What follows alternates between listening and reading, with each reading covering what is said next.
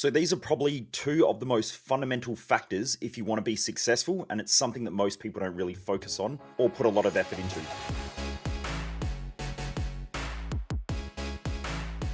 Driven Mofos, welcome back to another episode of The Underestimated Entrepreneur. Today, let's talk about two of the most critical factors if you want to be successful or if you want to achieve a great business. And I would even say if you want to achieve a great life, these are probably the two most critical things.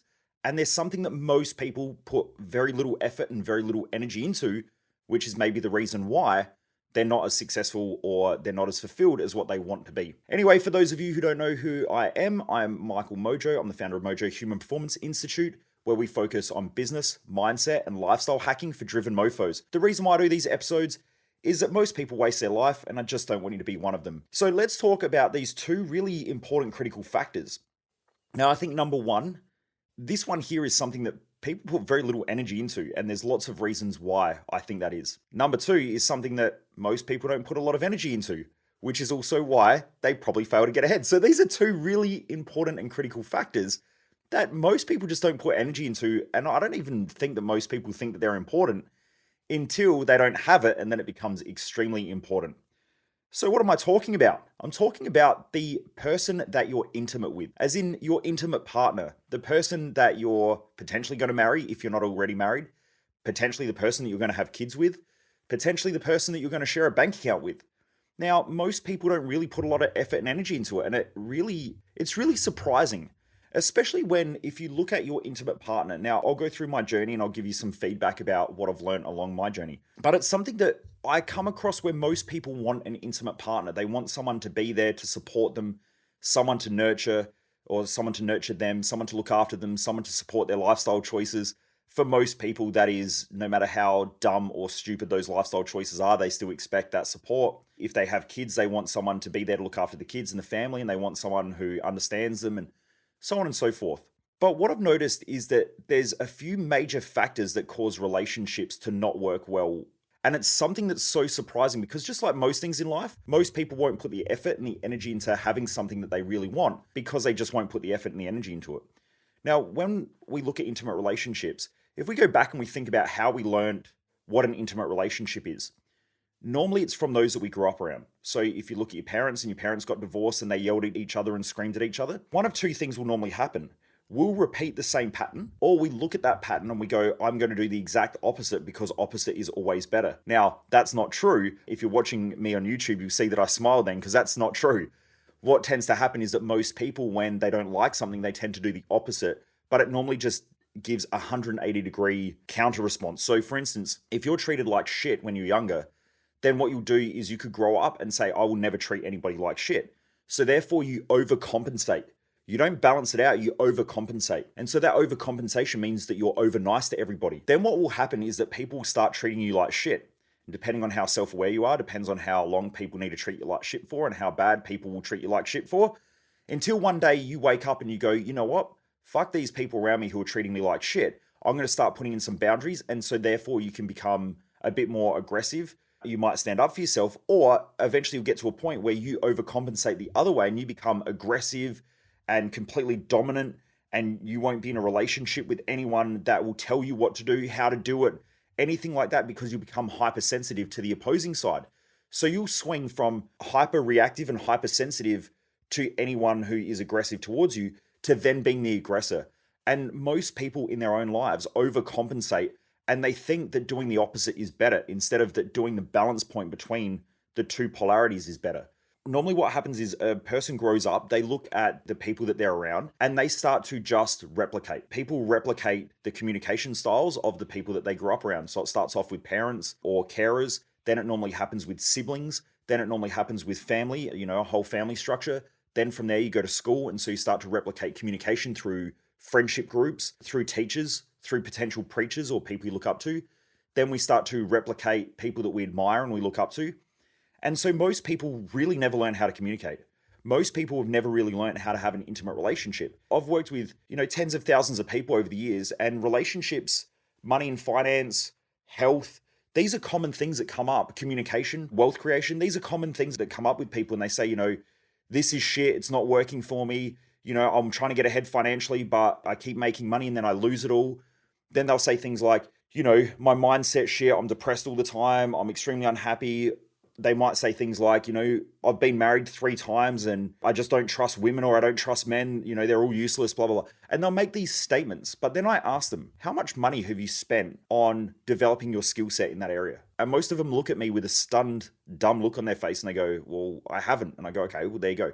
So you haven't, number one, spent any money or invested any money into that area. Number two, how much time have you spent researching, learning to try to figure out how to master that area? And most of them, again, look at me with a dumb look on their face and they go, well, I haven't. Now, if you're not prepared to put time into an area of your life that you perceive as important that's not working, and you're not prepared to invest money in that area, and you're not prepared to put effort and energy into that area to make it work, if you're not prepared to learn good principles and good foundations to build that area of your life, then don't be surprised if that area of your life looks like complete carnage and absolute chaos and you can't get on top of it. And this is why most people settle for average relationships, average finance, average mental health, average lifestyle, because that's average, right? That's what they look at. They look around and they compare themselves to others and then they justify it and they go, well, you know what? Just this is the way relationships are. This is the way friendships are. This is the way that people live these days. It's the economy, it's the government. And so they'll start blaming shit outside of themselves. When the truth is that they've never invested in that area. We have this stupid habit in our society of saying that if a child goes to school for 13 years and then they do well at school, which normally means that they're good at rote learning. Okay, they learn things, they remember stuff, and then they jot it down on paper. If they're good at learning, then they go to university and then they're going to get this university degree, which is essentially in Australia a HECS debt. They get a HECS debt and they go into debt in order to then go out and get a career where they can make money. And they've now spent 13 plus another 3 to 5 years. Sometimes if you're a medical doctor or whatever, it might be 7 to 10 years. You've spent all this time to develop a skill set of learning shit so that you can repeat it. And that means that you're a good student in most cases. And I don't want to take away from those out there who are listening to this who are extremely good at it. And I'll come back to my point. But they have spent all this time, effort, energy, money, and so on, developing this skill set over anywhere between 13 to maybe 20 years, depending on, if they're a surgeon or a doctor or whatever. They've spent all this time going through that. Then they come out and they go, well, now I will be successful. Now I get it. Now some people, they leave school and they go and get a trade. So they spend 4 years doing their apprenticeship in their trade school and they come out and they go, now I'm going to be successful. But when you ask them, how much time and effort have you spent on learning about money and finance? And again, dumb look on their face. How much time and energy have you spent and invested? How much money have you invested into your intimate relationship? As in learning about it, not, just giving money to your partner. How much money have you spent trying to be a good parent? How much time and effort and energy have you invested into that and learning from the best people in the world to become a great parent? And the majority of people will not do it. They've never even thought about this. And it's not their fault. It's just that we're not conditioned to think that way. But the truth is that whatever area of life isn't working, if you're not prepared to invest in that area, both time, money, energy, and effort, it's very likely that it's not going to work well. And the only way out of that, or the only way that most people have as a strategy, is to then go bitch, moan, complain. So they'll blame, complain, justify. And most people in this day and age grab their victim card. So they're a victim. They go, well, it's not me that's the problem in the intimate relationship. It's because I keep attracting these types of people. Whether they say it's narcissists and we've got to deal with narcissists because it's the narcissists that have fucked me up and have fucked me up mentally because of, my past intimate relationship.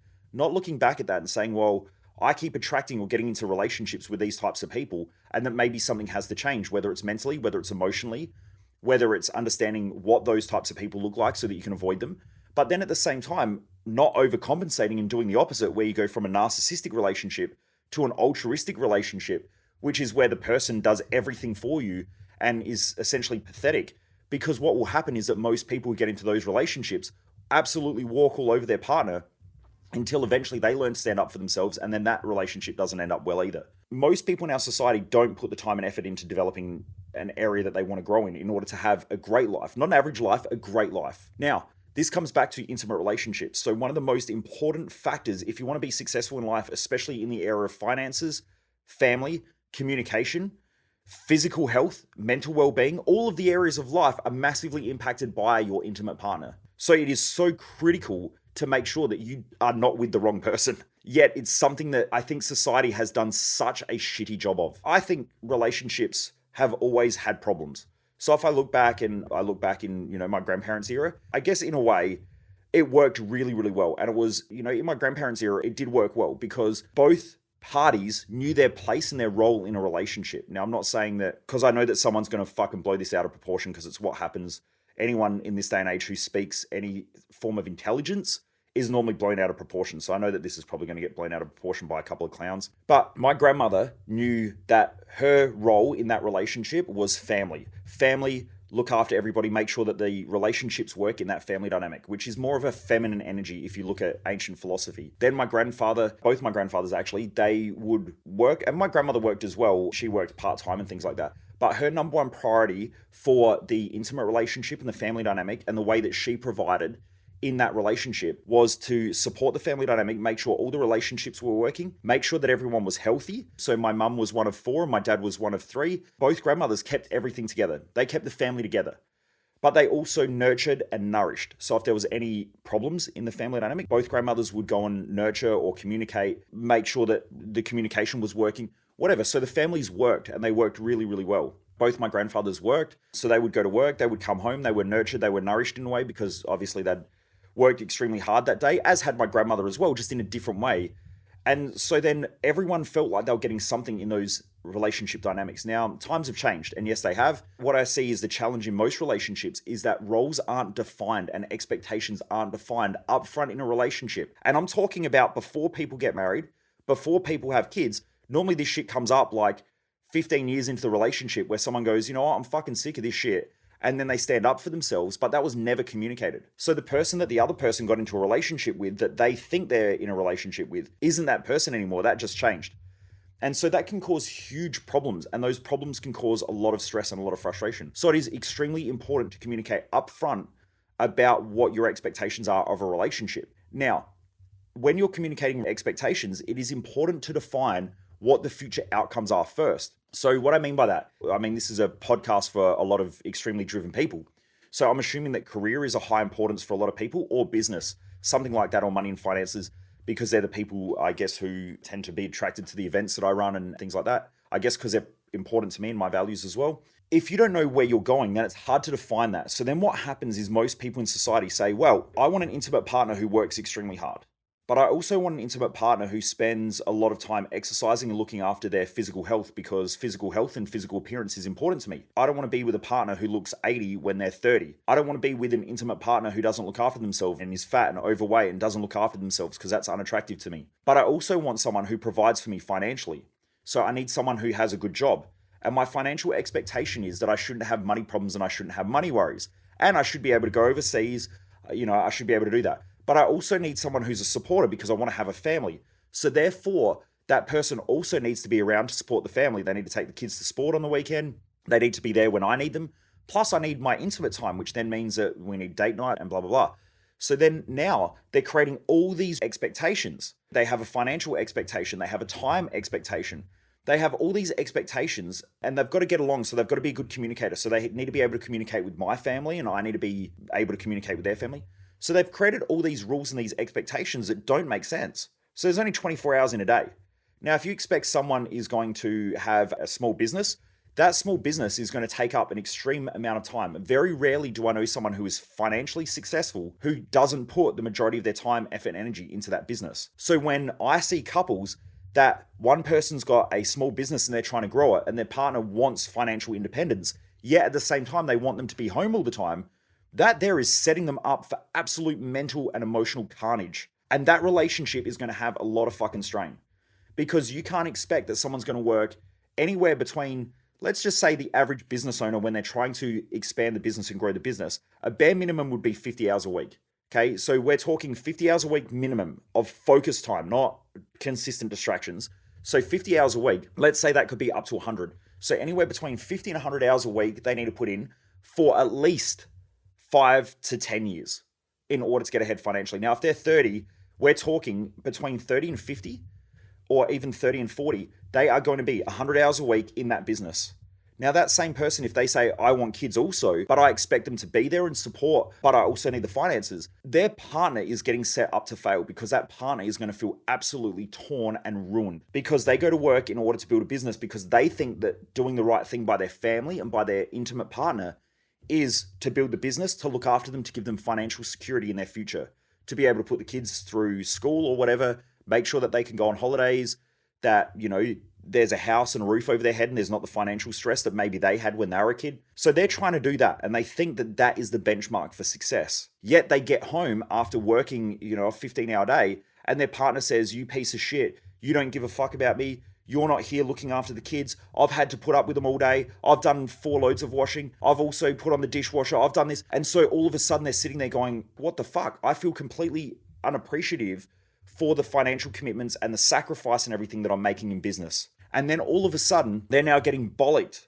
because now their partner doesn't feel like their partner's being appreciated because she or he's at home all day looking after the kids. Then they have an argument. One partner says, "Well, what do you want me to do? Like, I've got to work. I've got to provide for the family." One person's spending more cash because they're spending money on the family. The other one's trying to make the family secure. That's going to cause huge amounts of friction.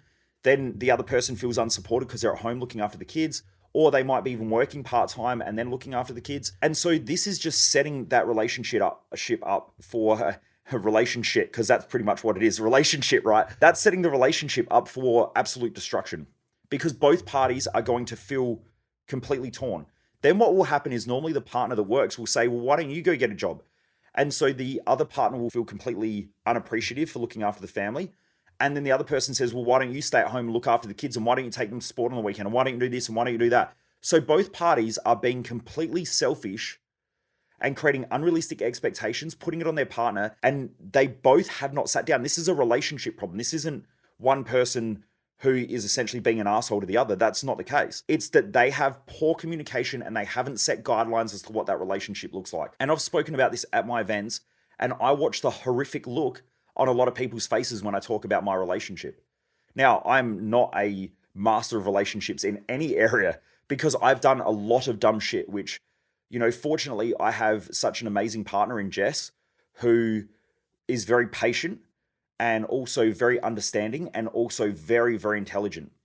And for her, when I've done a lot of dumb shit, she'll normally sit me down afterwards and go, "Okay, I understand, or you have to understand that this here isn't what I expect, and this here isn't how I want my relationship to be. So how can we work through this?" And we work through things because it's not worth it. Like for me to leave the relationship or for her to leave the relationship, we built 14 years of habits, 14 years of understanding each other. If you leave that, you start back at zero again. And most people don't realize this. If you have a 20-year relationship and you leave and go back to zero and you've built all this momentum in the relationship and understanding. Now, sometimes that's the case. If you've got a relationship that you've been in for 20 years, but the communication's been shit, you don't understand each other, you don't talk effectively, you don't communicate, and you project each other's values, you're really still in grade 1 of relationship school. But when you build up a long time and a lot of effort, yes, you can probably go to a relationship that seems more fun and more exciting, but you've got 13 or 14 years of effort and energy in that relationship of understanding each other. Where these days, I can pretty much understand how Jess thinks. But Jess also understands how I think, and she understands all the things that I do that frustrate her, and she understands that that's her problem and her challenge, and she needs to communicate effectively to help me to grow. And also, I need to do the same things as well instead of just bitching and moaning and complaining all the time. So anyway, my point is, I don't want anyone to think that Jess and I walk on water in our relationship. There are a lot of arguments, there are fights, there are, miscommunications, but most of the time, from where we're at today, every year our relationship gets better because the communication gets better and we learn how to communicate more effectively. And I think the self-awareness is the key, that when there's an argument or a miscommunication, that an individual sits there and goes, "Okay, how did I contribute to that?" Not, "Well, fuck them, they did this, I can't," because that's how couples just destroy their relationship. Every time there's a challenge in communication, doesn't matter who you're communicating with, there's two parties. And 50% of that communication you're responsible for. Let's say you said something and they took it offensively. Well, maybe you could have asked a better question. Maybe you could have framed the relationship differently, or maybe you could have framed the communication differently. So there's lots of different tools in communication that you can learn. For instance, I'll give you an example. A frame, if you're selling an expensive product and you say to somebody up front, like, "Look, I don't know if this product's for you because it's extremely expensive, but it's expensive because it's exclusive. It's expensive because we bring the best people in the world. It's the best education, the best knowledge. I'm not sure if it's the right thing for you, but it is expensive. A lot of people can't afford it and blah, blah, blah." And then someone sits there and they're thinking, shit. In their head, they then overinflate the price. Now that's called a frame. Then you say, "Yeah, so look, it's $30,000. And now, if they're a business owner that's running, let's say a $3 or $4 million business, $30,000 to them isn't a lot of money. I mean, it is, but it's not really in the scheme of things because they will have bills that are way bigger than that. And then because you've already set the perception that it's extremely high, in their head, they're thinking, shit, it's like $100,000, $200,000. And then you've said 30 grand, they go like, oh, it's not that bad. The same thing happens with movies, right? So I don't know if this has ever happened to you, but if you say to someone, the movie's amazing, it's like the best movie I've ever seen, the action shots were fantastic, you increase and inflate your expectations. And then when you go there, your perception may not match that expectation. And so because of that, then you think the movie's shit, or you go, oh, it wasn't that good. Whereas if you say, look, the movie was pretty average, and then that person goes and watches the movie, they come back and they say, I thought it was amazing, because their expectation is lower. That's called a frame. So you're essentially setting a framework for that person to think through things. Let's say you've got tough communication. You might set that up and communicate, look, we need to have a chat, and I know that there's some things that we need to talk about that are probably going to challenge us both. Is it possible that we can communicate in this way through this without yelling, without raising our voice? Because I would like to be able to express myself first without being interrupted and without being yelled at, because I need to get this stuff off my chest. I need to talk through it with you first. Is it possible that if I communicate this with you that you won't raise your voice? Because if you do, I just won't do it because it's not worth it. And I don't want you to get upset. I don't want you to get emotional, blah, blah, blah. So you go through this and you frame that person first, then you can have that conversation. But because you don't have that tool in your toolkit because you've never learned how to do it properly, then what will happen is most people just go, hey, look, I'm sick of you doing this. I can't believe it. And so you're trying to get out your frustration, and then they blast you back and you blast them and one person storms off. That's an ineffective relationship. Now you can blame them and say, they're a shit communicator. They started yelling at me first, but maybe your communication was shit too.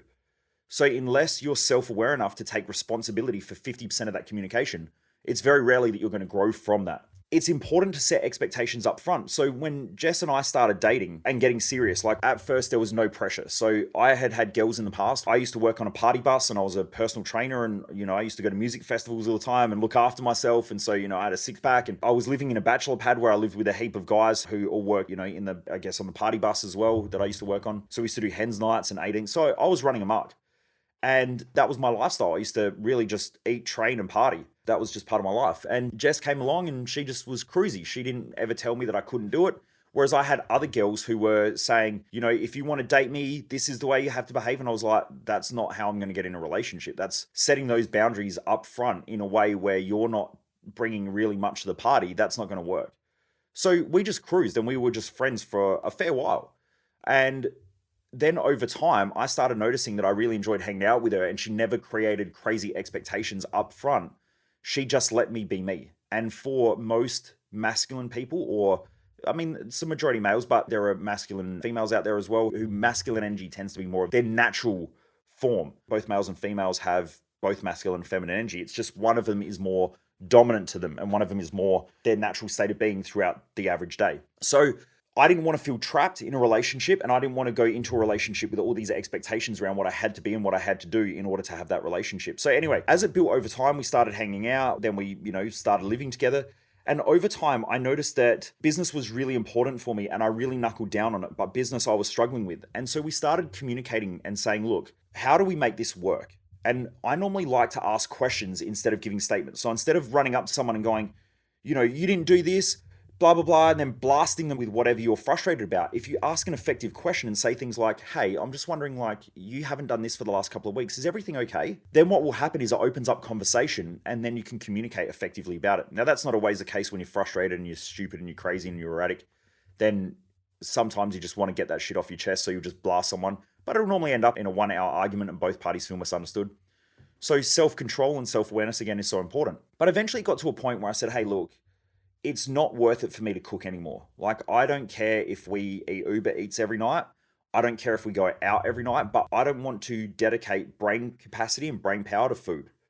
That's just not what I want to do anymore. And so how do we negotiate this? How do we navigate this? And Jess said to me, okay, well, I'm happy to cook, because she's got a high value on creativity, and part of cooking is her self-expression. So I said to her, okay, well, here's my expectation. I expect that every night I'm going to eat. And I don't want to think about it. So please don't ask me, what do you want for dinner? Because I don't know. If I knew, I would cook it myself. But I don't know. What I want to do is I want to work. There's something called decision fatigue.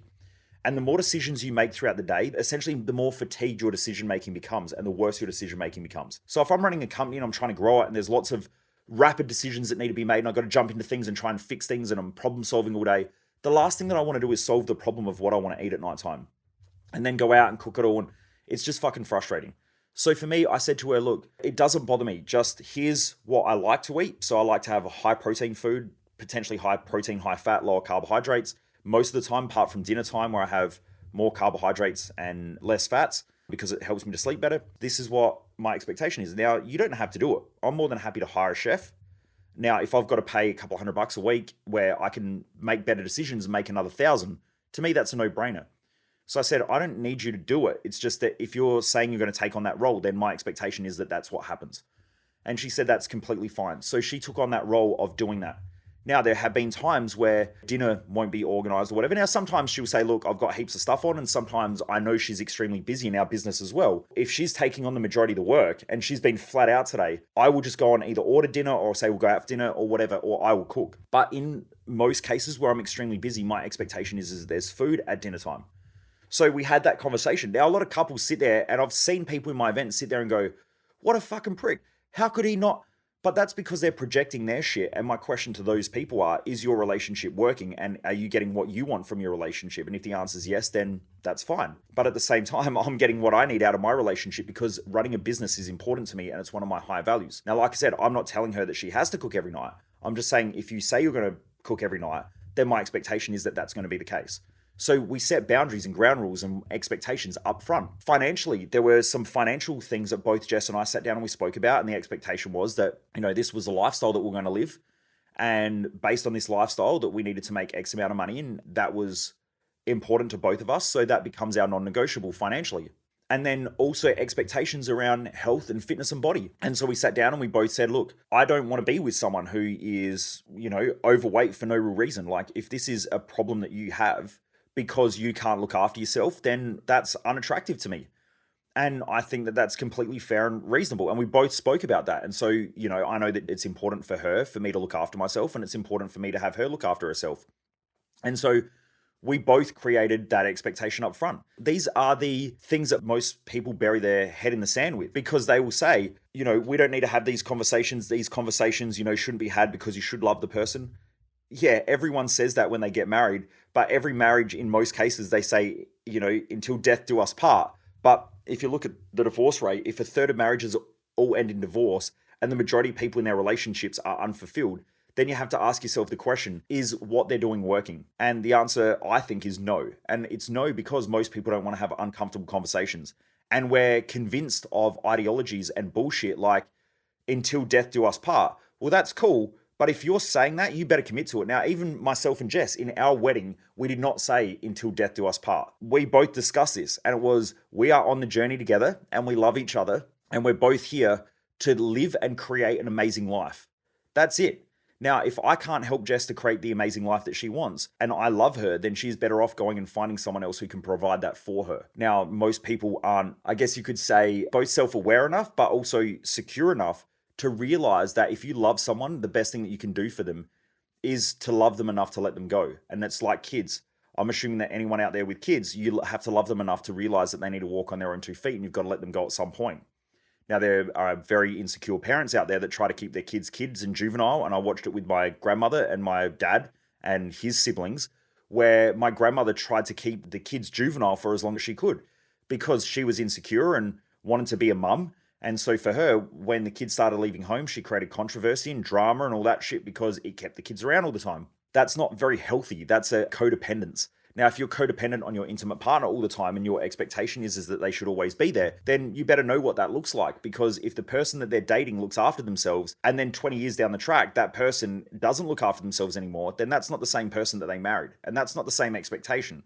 Just like if they married someone who is financially independent, and that person goes and starts a business, and then for 30 years, that person is out partying and running amok and doing dumb shit, not really running their business, then the person that person married isn't the same person. They were expecting to get into a relationship with some sort of financial stability. We really have to set these expectations up front and learn how to communicate them effectively, and most people don't do that well. Now, if you're a business owner or you're someone who is extremely driven in your career, and you want to achieve greater success, whether it be, even with family. You need to learn how to communicate effectively, ask good questions, and set parameters up front. Because I would say that one of the main conversations that I hear from both males and females is I hear this one here. My partner wants me to be all of this thing, but at the same time expects me to do all this other shit as well. And at the same time, I can't do both, and I'm burnt out and I'm stressed, and these expectations are unrealistic. For example, my partner wants me to run a business so that we can be independent. They want 4 weeks holiday a year. They want to go overseas. They want to take the kids away. They want me to put them through a good education. So I've got to spend $100,000 a year putting my 3 kids through, private school. But then at the same time, they expect new cars. They want to go out and they want to buy clothes. They want to live in a fancy house. So therefore, I've got to make a shitload of money. In order to make a shitload of money, I need to work 100 hours a week. But then I get home from work and I get absolutely bollocked from my partner because I'm not there. I don't look after the kids. I don't give a shit about her. These are things that, the partner says, you don't give a shit about me. You don't give a shit about the kids. Why did we have kids if you weren't going to be around? My expectation is you take them to football, you take them to soccer on the weekend. That there is extremely fucked. And then also as well, like, I don't want to date someone, or I don't want to be in a relationship with someone that's fat and overweight and doesn't look after themselves. And you've got to look at that relationship and go, that's toxic. Because those expectations are toxic. They're unrealistic. And then on the other hand, you've got someone who comes home who's looking after 3 kids all day, and that person walks in the front door and says, I can't fucking believe this. How come this isn't done? How come you haven't done this? You don't contribute anything financially to the relationship. So therefore, like, what are you doing all day? That's an extremely toxic relationship. And so it's so important to make sure that if you want to have a very successful life, or you want to achieve great things, and I've already spoken about what success is and why it's so important and how to define it for yourself, it is so important to be able to not only pick the right partner, but to learn how to communicate with them effectively, because they are 2 of the most critical things that you'll probably do in life. And they're the things that most people put the least amount of effort into, the least amount of energy. And I would say that almost every person in an intimate relationship, if they haven't done a course on communication, conflict resolution, trying to figure out how to understand the other person's values, what they look like, why they are that way, and why their decision-making strategy is the way that their decision-making strategy is, then you're setting yourself up to have a suboptimal intimate relationship, full stop. Now, it might be good, maybe, compared to other people, but it's not great, because if you can't communicate effectively and you're suppressing part of who you are, you can't do what you want to do, and you can't communicate that effectively without the fear of it turning into a full-blown argument, or you don't want to put pressure on your partner or whatever, then that's also a huge problem. Now, in this day and age, I think expectations are completely fucked up, and I'll do a whole nother episode on that. But our expectations in this day and age are so distorted and so destroyed because I think of social media and the way that the media presents people's lives, and also Hollywood and movies, that the majority of people want everything, and they want everything with minimal effort. I see this all the time. I want a successful business so that I can have complete independence and I can do whatever I want, whenever I want, however I want. I've never ever met a business person who has that. Ever. Now, I've met people who have sold out of their companies for hundreds of millions of dollars and they're still working flat out because they don't work for money. If you're someone who works just for money, when you get money, you'll blow that money trying to seek ease and comfort. I've done it before and it doesn't work. If you want to keep getting ahead and financial independence is important for you, you will keep working in order to create financial independence. But when you've got it, you realize that it's not financial independence that you want, that your self-worth, your self-love, your self-respect comes from learning to be better. It's from the growth that happens within that business. And so the thing that most people think that they want isn't the thing that they actually get, and it's not the thing that they need. And so therefore, when they get it, they realize that there's more to what they want in life. That's not that thing. And so it's the work that most people enjoy. Like, I enjoy working in the business because it forces me to learn. It forces me to grow. It forces me to be better. And so it's not the business and the financial independence that I love. It's the ability to grow something. It's the ability to grow myself. As the business grows, I have to grow. So that's the thing that I love. It's the journey, not the destination. So, most people want to have an amazing relationship. They want to have a great body. They want to have, a partner who supports them all the time. Even like when I hear someone say, I want someone who just supports me, Michael. I want someone who supports me all the time. Don't get an intimate relationship. Get a fucking dog. Because a dog you can yell at and 2 minutes later, it will come back to you. An intimate relationship there is to enhance your growth. Everything in life that doesn't grow dies. And an intimate relationship is one of the best growth mechanisms because If I go out and I do something stupid, I'm going to come home and Jess is going to sit me down and say, what did you do? What the fuck did you do? Why did you do that? This is how it's impacted us. This is how it's going to impact your future. You didn't think through this, did you? And what are we going to do to change this? How is things going to work? So she's holding me accountable to my own life. And that's what I love about her. And I hold her accountable. There are plenty of times where she will come to me and complain about things, and I will hold her accountable to her own complaints and let her know and remind her that she is responsible for the things that happen around her. And how can I help? What does she need? What resources?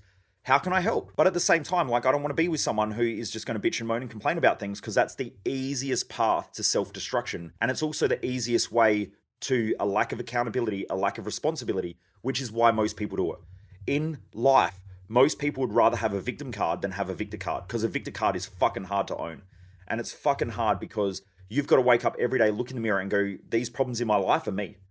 And I've got to take some responsibility. Now, there might be other circumstances that happen in life, but you've got to look back and realize where you made decisions that put you in that place. So if the economy crashes, there'll be a lot of business owners who fall apart.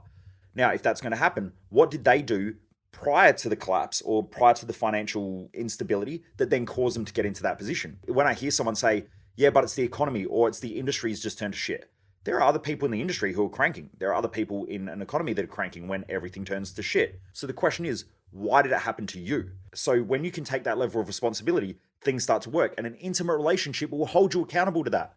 But it's hard to hold someone accountable to an expectation or to a goal or to a dream or to a lifestyle when you don't even know what that looks like, because it's never been discussed in the relationship. So it is so important to discuss those things. Driven mofos, I hope this conversation is helping, because it's just something that I think is probably the most critical factor in a person's perception of success in their life. I mean, their work ethic is also part of that as well. So, having a great intimate relationship and a shitty work ethic won't help anyone to achieve anything. But it's an external factor. I think it's probably one of the most important and critical external factors that most people don't work on. And because of that, most people do not have a good relationship.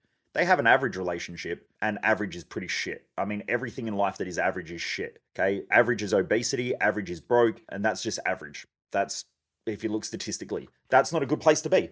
Something to think about, Driven Mofos. I hope this helps. If you're enjoying these episodes, please remember to share it, screenshot it, tag people in it, send it to them, let them know. I want to get these numbers up. I'm not asking for anything else in return. I'm not asking for you to buy my shit. I'm doing this for free. What I do want, though, is I want these numbers to go up. So if you're loving these episodes and if you're really finding value in what I'm sharing, and if it's something that you're listening to every day or every week, and it's helping you to be a better you, or it's helping you to think differently about the way you're living, or the way you're running your business, or the way you're running your life, please, if you could just share this with your friends, with your family, let them know about it, send it to them, send the link to them on whatever, podcasting platform you're listening to, and just get them to check it out. The more people I can get listening to this, the more people that I can help, and the more people that I can help to live an epic life.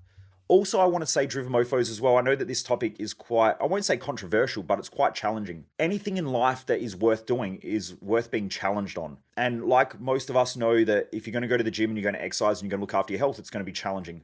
But your intimate relationship is also going to be challenging, because optimum growth in nature happens where there is enough support there to grow, but there's also enough challenge and stress in order to get it to grow.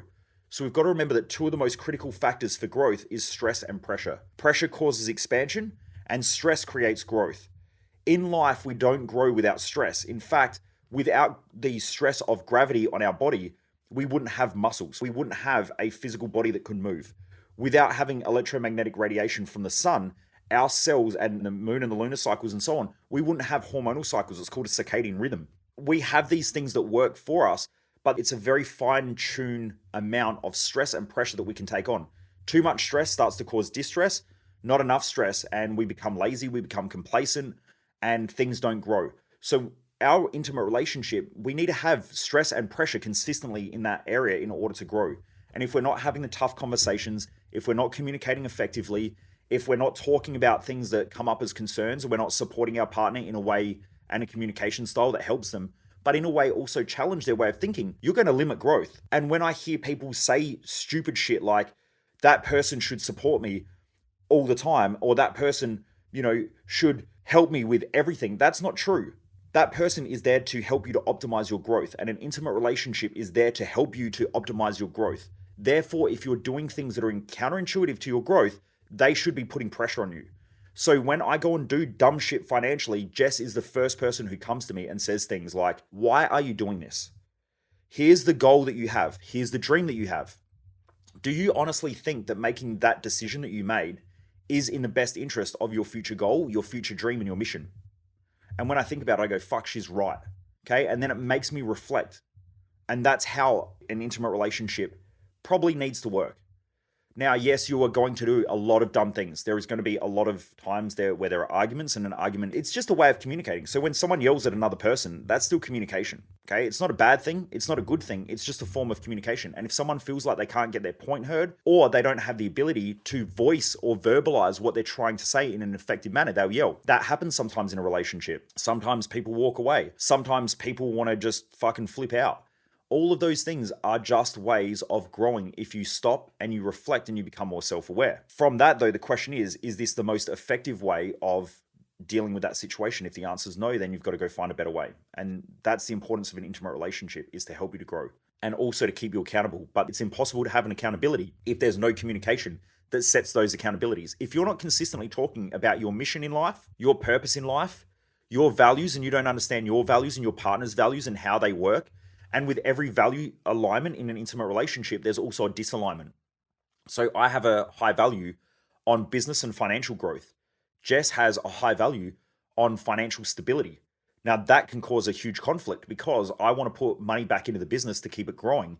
Whereas at the same time, when Jess looks in the bank account and there's not a lot of money in there, she then starts to stress. So we've had to communicate around what that looks like so we can both get our values met. When most people say things like, my partner should support my values and our values should be the same, that's not an intimate relationship. When someone thinks that their values should be the same as somebody else's in an intimate relationship, or that their partner should be the same, that's very narcissistic, because what you're saying is my values are correct and other people's values aren't. And so you're assuming, if that's the case, and most people do this, most people assume that my values are correct, they are the right ones, they're the best ones, and my way of doing things are correct. Therefore, my partner should support those, understand those, and theirs should be the same because mine are so good. That's narcissism.